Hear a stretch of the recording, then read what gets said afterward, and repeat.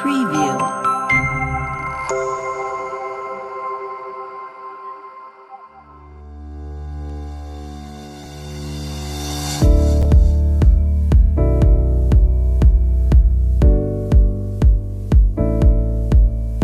Ako si Mr. Tito Tugonon, nagapuyo din sa Barangay Nueva Estrella nga malipayon mig dako nga nasugda na gyud ang karsada sa from to Del Pilar nga sa kaniadto sa wala pa nasugdi ang karsada maglisod jud mi og pagtabok tungod sa kalisod labi na gyud og baha nya tingulan mao nang dugay na kaayong panahon nga karon makatabok na gyud mi kay ang kasada nasugda naman kay importante gyud dinhi sa amo baryo nga ang dalan nga mahimo padulong dito sa Del Pilar aron kami makapadayon sa among mga panginabuhian dinhi sa among barangay labi na gyud sa mga magsasaka ug sa mga mangingisda.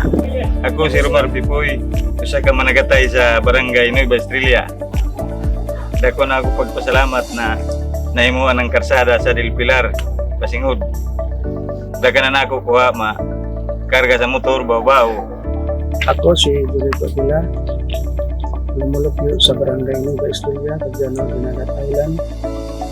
Ako nagpasalamat sa mga ahensya sa DPWH sa pagpadayon sa ilang mga project tungod agalang kaming mga mag-uuma na dili na maglisod sa pag-dispose sa among produkto paingon sa pikas nga barangay Del Pilar tungod sa galang ilang gihimo dili na kami maglisod sa pag-agi tungod kay ano na naman kami kasakyan ng mga sakyanan.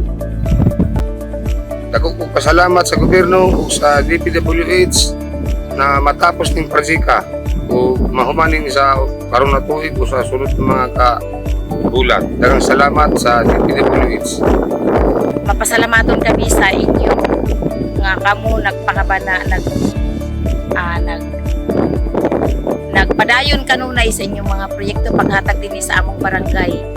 Salamat kaayo sa gobyerno nga kanunay nagsuporta sa mga project o sa DPWH. Manang malipayon mi sa programa ining sa panggobyerno nga gihandulan sa working units nga DPWH nga kini malampuso na gyud ni sa hangtod nga malambuon ang ilang mga programa.